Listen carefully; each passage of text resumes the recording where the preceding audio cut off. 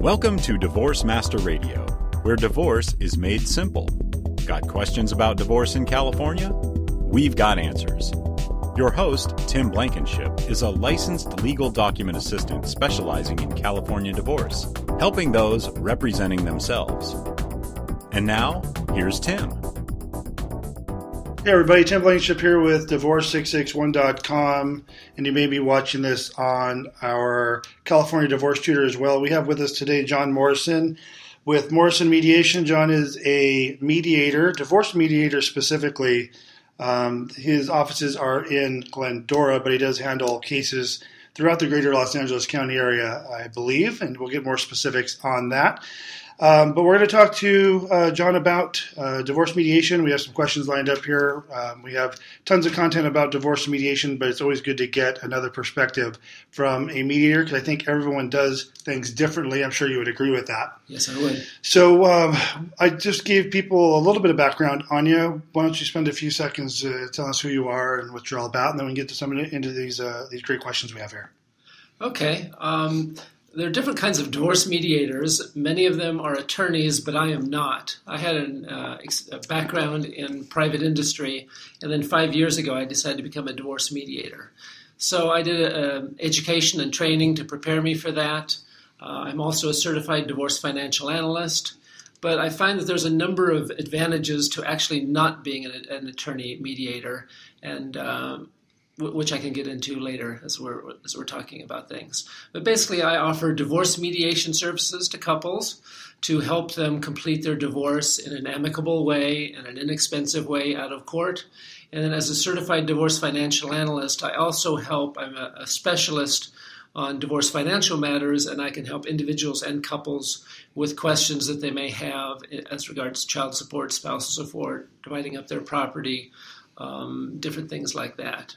And often helping them, come to a settlement, but they just might need a little financial assistance. Of all the things on your website, the one thing I wrote down was certified divorce financial analyst. And I think that that's something that makes you stand out because in going through divorce, at least with our clients, and I'm sure this is pretty standard in the industry, aside from children, which also turn into money, right? It's a money decision sometimes. The financial aspect of it is the second or maybe primary largest issue that they're going to address. I know where our clients get stuck sometimes is on the financial, so it's good to know so that there's a mediator out there with that specific training, right? Right. Maybe mediators don't have that financial element to it. Very few of them do, and interestingly enough, as you refer to, the finances actually, in my experience, are the biggest part of a divorce. For me, second place is usually working out everything with the children, the parenting plan. But once you've done that, you've got to figure out dividing up all your property and debts. Sometimes that's simple, but sometimes that's very complex if you've got houses, retirement accounts to look at. And then child support and spousal support often take a lot of discussion as well to work out. So, yeah, I find it very helpful to be a financial professional in the divorce context. So let's start right on this since we brought this up. What are, in your experience in dealing with mediation, folks going through divorce, when it comes to finances, I know a lot of our clients don't know what they don't know. If that makes sense to you? Yeah. Give me one or two things that come up that you say, had I not had this experience, you may not have considered these ramifications or issues related to finances. Is there anything that comes to the top of your head? Yes. As far as dividing up property and debts, if it's at all complex, like a house and what are we going to do with the house, or retirement accounts, and there's lots of other assets and debts that people have, thinking about it's rare that both of the couples in a divorce, both of the individuals, actually understand all of those in detail and are able to think about them and make decisions about them that seem not only fair now, but in their best interest long term. Sometimes people just kind of trade things off fairly quickly without really thinking about how is this going to work out long term for me. So that would be one example. And then the other is one of the kind of the minefields of divorce can be spousal support. And the interesting thing is the law gives actually very little guidance on what should be spousal support. If a judge decides that there's 14 factors that have to get considered, And so you just can't predict what it's going to be. So to really do it in a mediation, very often it involves getting very realistic about what are each of our expenses and income and what can we afford and what makes sense. And maybe that whatever we agree to scales down over time so that it encourages the one who's receiving it to go to work, and the one who's paying it knows that this is going to end at some point. So anyway, there's just a lot of financial considerations that go into working out spousal support sometimes. Okay, very good. So normally when we do these interviews, we don't have a line of questioning. We just have some natural conversation. But you had sent over some questions, and I thought they're really good. So I think we'll just hit them one by one, and we'll also have these questions as individual podcasts or episodes. So if folks don't want to listen to this whole thing, they can just look below this video or this podcast rather, and you'll find these questions one by one. All right, number one, when might mediation be appropriate in a divorce? What would be your answer to that? Okay, I would say and I might have something to say about that too. Okay, good. Yeah, I would say ideally you don't need mediation. And you don't need a courthouse even really, because you're able to work everything out on your own and use a service like Tim provides to just help you get your divorce through the courthouse and done. But unfortunately, and the other extreme, of course, is you're battling it out over everything and you've got attorneys and you're spending a fortune. But there's a whole lot of couples that are able to agree on nearly everything, or maybe a lot of things, but not quite everything. Maybe they can't agree on spousal support, or they can't agree on what are we going to do with the house, or the timeshare with the children is kind of a sticking point. That's where mediation comes in as kind of the least expensive and also most effective option to help couples work out an agreement to those sticky areas that they can't work out on their own. Okay. And I think another way of answering this is, when might mediation not be appropriate, or my services even not be appropriate? And my answer, and you can add in on this as well, is when people call me and they're inquiring about our services, what they don't know often is that I'm also interviewing them to see if they're a good candidate, if I want to let them in the door for our business. I don't mean that in a negative way or a cocky way, we may not be the right service for some folks. When they call and they say, my husband has left and closed the accounts and I have no money and he took me off the medical, they may not be a good candidate for mediation. They're definitely not a good candidate for us. This is obviously, as much as I talk and people that watch our podcasts and videos, I'm not anti-attorney. There's attorneys that are necessary in certain cases, but to the degree that we can prevent people from spending money is kind of my viewpoint. But in these types of cases, I flat out tell people, you're going to need an attorney for these types. Would you agree with that? I would totally agree. Yeah. Mediation kind of presupposes that both of you have some give and take, some flexibility. You can actually talk to each other to some extent. You're actually both motivated to come to an agreement together. And sometimes, like what you're talking about, let's say one spouse is really dominating the other, or taking all the money or whatever and running. Then if it's not a level playing field, then mediation is not really appropriate. A mediator can try to level the playing field, as best they can, but with some couples, it's just never going to be done. And then they're not a good candidate for mediation. So let me ask you a side question to this. What is the best way of... So the first agreement they have to come to is to use mediation. The second thing they have to agree to is which mediator are they going to use. How do you advise folks that call you to get parties on the same page to either use your service or someone else's? You must have a tool or something you discuss in your conversation with them to get them on the same page, to get them in your door to begin, because that's step one, right? Is getting them to agree to use you or mediation in general.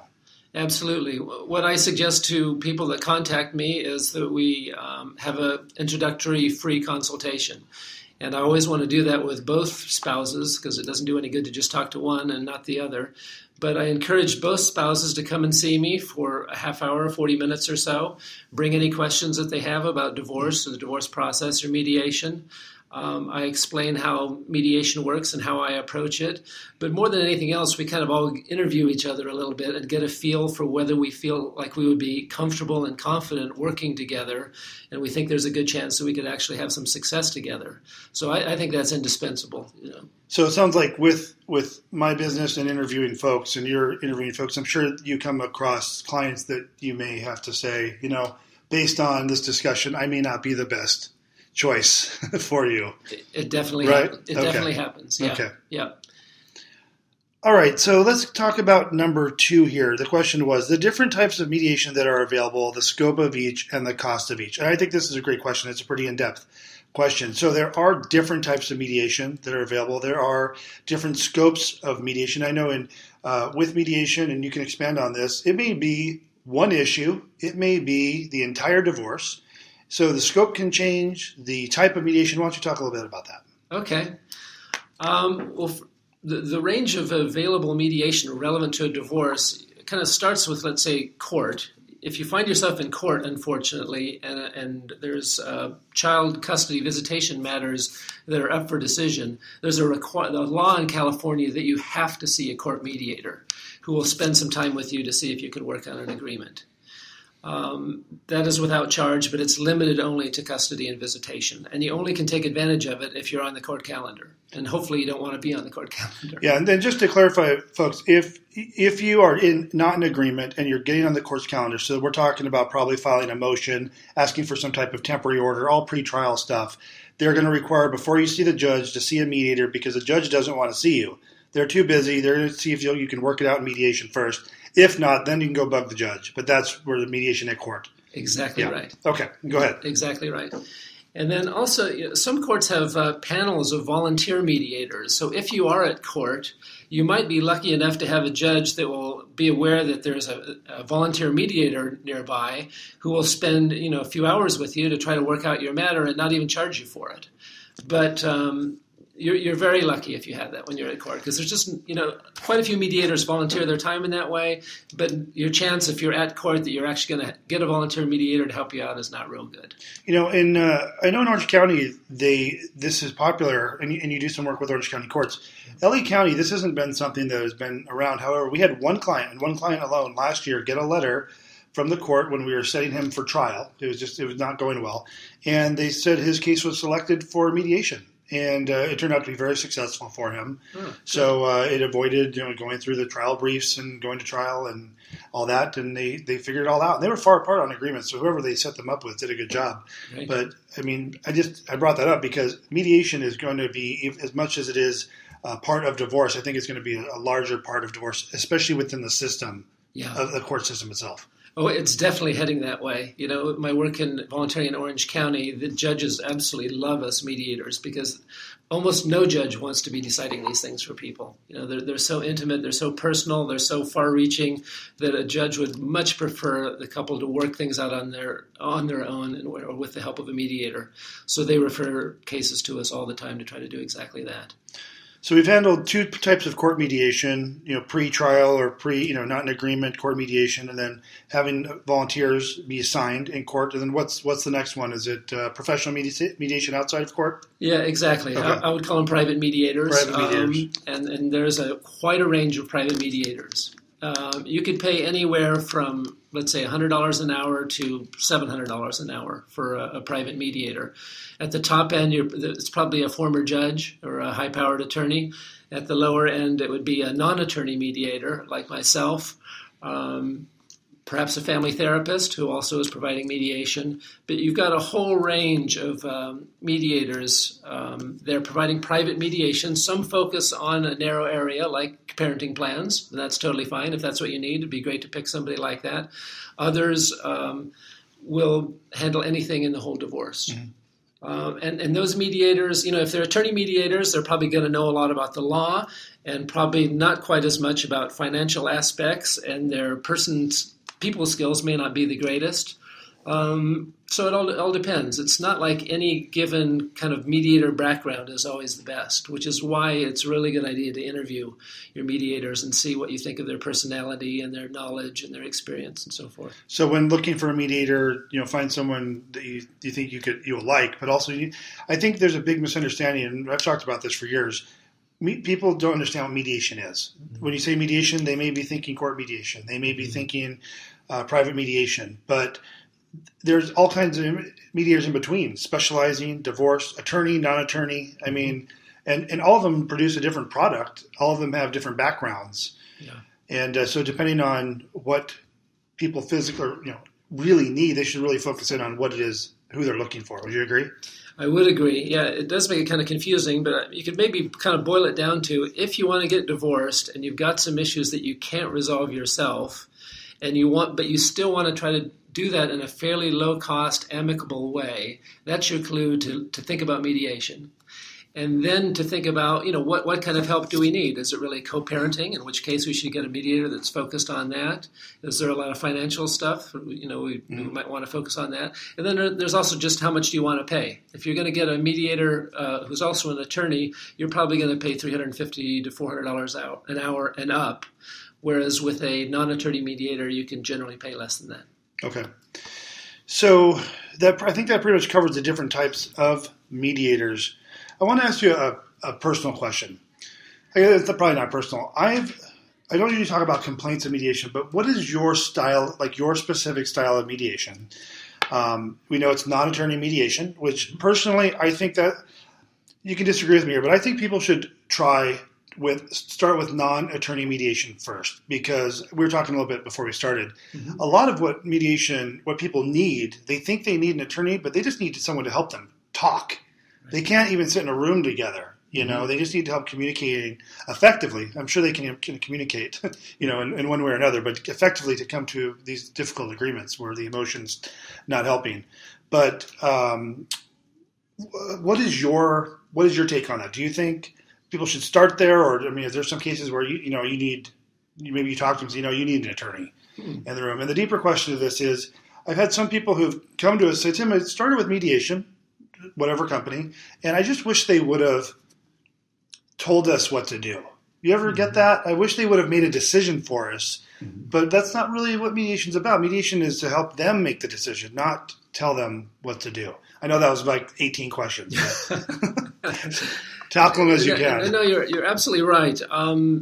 There's kind of a range in mediation of, do you as the mediator see your role as to facilitate the couple coming to their own agreement that's well thought out, that kind of has all the factors out on the table? Or as the mediator, do you see your role as to kind of hear basically what's going on and then tell them what the law is and kind of give them some advice as to, well, here's what a judge would do, so this is probably how you want to settle this. So you see both ends of it. It could work for either, some people who really want that sort of guidance. Maybe they should go an attorney mediator who's going to tell you, if you go to court, this is what's going to happen. So that kind of steers you in a certain direction. But I find that, and studies have shown that agreements between couples are more durable and they regret them less when they don't go that way, but instead they really have a full, respectful conversation about all the factors involved, get everything out on the table, understand what's important to each person and why, and then take all that into account into a decision that everybody understands and feels is fair. Yeah. Then you walk away from the whole thing feeling like you don't have regrets. It wasn't any fun, and but we kind of did the best we can with it, and we don't really have regrets. So, the other can be more expedient, but if you want a durable agreement that you're going to be more comfortable with, then the kind of mediation that I provide, and I'm talking about more facilitated mediation, is usually the way to go. And then one of the skills that a mediator brings to the table is they should be conflict resolution specialists. So that they're very, they're comfortable with a couple that is in conflict. They don't kind of, their own buttons don't get pressed and they don't want to get out of the room. They're comfortable and they know ways to kind of, despite that conflict, help each person calm down, help each person be heard, and work through things in such a way that you actually, despite the conflict, get to an agreement. Okay, so I think that leads us into the next question here, which is you wrote down the success rate of mediation. So, are you able to quantify a success rate in mediation? Are there statistics overall, or with you in general? How would you? Yeah, it's hard to have totally accurate numbers. Sure. But in general, a lot of studies have been done of mediation that generally show that it's in the range of 75 to 85% successful. Okay. Obviously, that kind of assumes that couples that have no chance of agreeing, aren't going to even be trying mediation. So to some extent, the couples that come to mediation are disposed to try to work something out. But it does show that you actually do have a very good chance of success, if you have some motivation to actually get there. Okay. Yeah, you definitely have to be a willing participant in mediation. Yeah. So now that I'm reading some of these questions, it looks like we kind of hit on them topically, but let's handle them right on. What are some of the key characteristics? I'm going to start over. What are some of the key characteristics of a good divorce mediator? All right. Well, again, to some extent, that depends on the kind of mediator you're looking for. But a really fundamental one would be, if you're interviewing mediators, does this person really listen to me? And do I feel like after I've said something to that person that they actually really got where I'm coming from? Yeah. And also, is that person kind of have the kind of demeanor where they can really hear where I'm coming from calmly, but also hear where my spouse is coming from calmly, and then kind of deal with the rub between those. In other words, they've got kind of the people skills to really interact with you in a way that makes you feel comfortable so you can say what's on your mind, but also you have some confidence that they're going to help you work through that. Mm-hmm. So that's kind of a nebulous people factor thing, but mediators who don't have those skills will then fall back on trying to give you advice or telling you what to do because they don't have the kind of the comfort level and the people skill level to really hear each person and help each person feel empowered to get their concerns on the table and come to good agreements. Mm-hmm. So that would be a really important one. You want to have a mediator with some experience, but you don't need 10 years of experience to be a good mediator. And then another factor is if your divorce really has significant financial issues and co-parenting issues, it's a good idea to get a mediator who's conversant and knowledgeable about all that stuff. Mm-hmm. Otherwise, you might find yourself in the mediation having to stop fairly often and go see an accountant to clarify this, that, or the other. Whereas if the mediator, is well-versed in the relevant divorce law, the relevant financial things that occur in a divorce and so forth, there's a really good chance that whatever comes up, you're going to just be able to keep making progress. Yeah, we were talking a bit at lunch and before this, and I said I wouldn't be a good mediator because I'm not a good listener. And then you brought something else up that I think I would have a difficult time with, which is, you said having your own buttons pushed with, say, commentary or discussion that would lead one as a mediator to side maybe with one party or the other. You have to remain completely neutral despite how you may feel what they should do based on your life experiences and so forth. But you have to allow them, and you can't get in the middle. You can't be one of the three mediating, right? You have to be facilitating. Yeah, so, absolutely right. And it can be challenging, as a mediator to do that, but it's critically important not only not to react, but then to stay calm and also sometimes to be firm, because if you just kind of are calm and a good listener, sometimes, the conflict in the room just takes off and you could waste a heck of a lot of time just listening to them go at each other. So you also need kind of the people skills to be able to gently but firmly take charge occasionally and make sure that we're moving in a positive direction. All right. Perfect for our next question. What does a mediator do in mediation? Yeah. I'm sure that depends. But yeah, we've talked about it some. Yeah. But a good mediator, like we said, is a very good listener, but also asks very good questions to kind of get everything out on the table. Making sure that, do you really understand what you're talking about? We're talking about selling the house. Do you understand about mortgages? What about the tax that might be involved? You ask good questions to find out what each person knows and cares about, but also let's make sure we understand this thing fully. So that's a lot of it.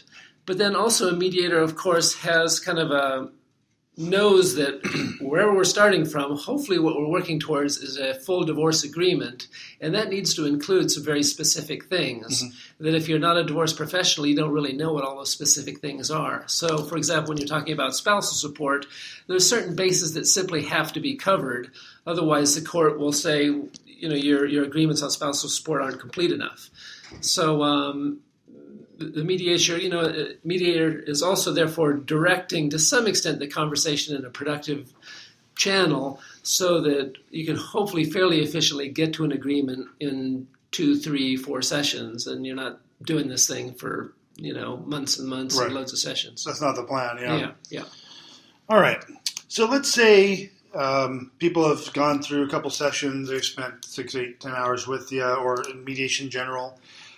What if they still aren't able to come to an agreement? What happens? It does happen. Sometimes the issues are so fundamental, it might be a matter of principle. They just can't decide, or maybe, all the money is tied up in the house, but one person really wants to hold on to the house instead of sell it. So it does happen. There's not like always what you should do answer to that. Sometimes you simply need to take a break and think about it. You should definitely think about what the consequences are. If we don't work this out in mediation, what are we going to do? Are we just going to put our divorce on hold? Are we going to get lawyers? Are we going to go to court and battle this out? Mm-hmm. What's that going to cost us? You want to think carefully about that, but you still have options. That's the good thing. You could try another mediator. I'm gonna do what I'm learning from you right now, because we, with our clients, I try and answer the question. I'm just going to start asking them questions. I love that. What's the alternative? That's going to be my new thing. Tim, we can't do this, blah, blah, blah. What's the alternative? Yes. And that's it. Yeah. It solves everything. It does. If you really get them to think about that, and the alternative is not good, sometimes that will increase your motivation to somehow work something out. And time. Time really... Yeah. Although we handle mostly amicable cases, it's divorce, and it's not all roses. So we'll get where we're in the middle, we're CC'd on every kind of nasty email between clients, some of those types of cases. Okay. And where there'll be a question at the end for me or vice versa. And sometimes I'll ignore it. That usually is a good response, because it's usually just a heat of the moment type of email. Or if it's something that is remaining, time can be a really good factor in just making something resolve. Yeah. I'll have someone email me on a Friday saying, Tim, we were just absolutely not in agreement on this. And I'll say, let's see what happens over the weekend. That's it. And Monday, we're in agreement, Tim. We talked. Okay, great. It didn't take any, just time. I totally agree. and also, and that kind of brings to mind another challenging thing about divorce, which is that it's rare that both of the spouses are at the same place emotionally with regard to divorce. Mm-hmm. Very often one is really ready to go. They're usually the one that initiated it. The other one's not so sure about this. The woman? More often. Yes. Okay. More often. So it's same with us with mediation. Yeah. More often the women. There could be a whole podcast on that alone. Like why? But yeah. Okay. So that's one of the challenges of even working out a divorce, whether it's through mediation or your service. I'm sure is waiting for the right moment or whatever, the right time when both people are ready, to actually do this. Do the process, make the decisions. And sometimes you do have to wait a bit until one or the other is actually ready. Yeah. It's funny because with what we do, document preparation, people are pretty much ready to go. They've decided, they're pretty much in agreement. Sometimes they're not in agreement, and that's fine. But our case, we do it more from a attorney perspective as far as a procedural aspect. We start the filing and we get the paperwork going and we start doing that, where I always said mediators do things backwards. They work on all the agreements, and then they go and do the court procedure. I'm assuming that that's how you do it as well. You just handle the agreements. Let's do this before paper starts flying, which sometimes can make it a little bit more messy. It's like, when they start seeing court forms. But you guys want to address the issues up front, correct? Yeah, we kind of take the point of view, generally speaking, that you can't get divorced anyway until you've worked out all the issues. So why don't we work out all the issues? However, some people want to get the legal process rolling because in California it takes you at least 6 months. Yes. And so most couples that I work with, first we work out the agreements, then we start the paperwork. Mm-hmm. But others want to get that 6 months rolling. And so we will, as the mediation, we'll work out, okay, who's going to file? How are you going to get the papers served? How are we going to make sure this isn't upsetting for anybody? So we really, we actually mediate getting the divorce started in addition to all the issues associated with it. Good. So we have some of those same concerns, too, with the starting the clock on the 6 month and all that good stuff. All right. This looks like our last question.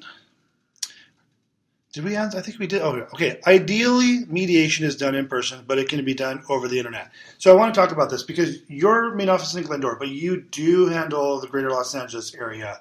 We are in the Los Angeles area, Santa Clarita specifically, but we do handle the greater Los Angeles area as well. And we'll even do all of California. We have clients kind of coming from everywhere. Mm-hmm. So a lot of what we do is remote. A lot of what we do is over the phone and via email. So I was very interested to see you say this because I don't want people to listen to this podcast thinking this is an LA-based company podcast and, hey, John can't help because he's in Glendora. That's not the case. So I want to make it clear, this is stepping up to where it can be done, as is with the case with most businesses. People need to get on board. You don't need to walk into a brick-and-mortar building, shake a hand. I mean, I know there's still those old-school people like that, and we get those all the time. Tim, I need to shake a hand and see a building, make sure you're real. But 80% of what we do is over the phone and via email and so forth, and there's no reason why mediation can't be the same way. Absolutely right. And mediation is gradually going that way, I would say. It's a little more challenging in a divorce just because it's so personal, and the dynamics are often, tense or whatever. So it's usually best if you can all be together, in one room. But sometimes if the issues are fairly simple or if the distances are great, that gets outweighed by the fact that it's just going to be a heck of a lot more convenient for everybody to do this over the internet. And then we can use, Skype or, conferencing tools like that so that we can all see each other and hear what we have to say and look at the relevant documents and still make very good progress and do a whole mediation over the internet. Okay. Yeah. And I don't know, I may be wrong, but I guess it probably depends on the people, but to remove a certain element of emotion, to not be physically present in the room with the other party may have some advantage to just being on a screen and not having that, proximity issue in the room. I don't know. No, you're absolutely right. For some couples, it could be better. Because sometimes, yes, simply just being in the room together is like a firecracker all by itself. You're absolutely right. So, yeah, for some couples, it may be a preferred way to go. Yeah, so I would love to see our clients that require mediation go to a service like you, even if they're here. It doesn't matter where they're at. I just love removing the locale from the issue of who we're deciding to use for mediation. Because a lot of our clients, they need limited mediation. I don't think... Some of them need the full-on. They need to be in a room and they need some help. But some just need to be able to communicate. And I think just doing it remotely over Skype, an interview, an hour, I think an hour would solve 3 months of issues, to find the root problem causing the remainder of problems. Yeah, and I would be happy to work with people that way. And maybe another thing to mention is that I and most non-attorney divorce mediators don't have a retainer. And only usually charge you by the hour, although often we'll negotiate a flat fee if you'd prefer that. It's more reasonable than what attorneys charge. You only pay for the time we spend. You can stop whenever you want to. And so therefore the cost of mediation can actually be quite limited. If like Tim was saying, if you don't have that much that you need to resolve, maybe a 1 hour conversation and you're done. And the cost would be very low, for something like that. Well, very good, John. I think we covered a lot of material here. There's tons of information to know about mediation. Is there any closing remarks, anything we didn't cover or you wanted to bring up? I don't think so. I think we did a good covered job. A bit. Yeah. And if people have additional questions, it's John Morrison, Morrison. Did I get that right? Yep. Can I give out this phone number? Is this the main contact for you? Sure. You never know. Once I gave out someone's cell phone, they're like, Tim. So 626-691-5616, and it's morrisonmediation.com. And you have, unlike a lot of other people in the industry, you have a website with tons of information, which I like. Yeah. So people can go there, learn more about mediation. You have some videos on there. They can find out about mediation. Yeah, I'm not quite in the same league as Tim as far as providing terrific information about the whole divorce process and stuff. But I have a lot there, and I've really tried to make it my mission, like Tim, to demystify divorce, make it easier to understand wherever you are in the process, what are the options available to you, and how do you move it forward. So I've got a lot of information there that you might find helpful.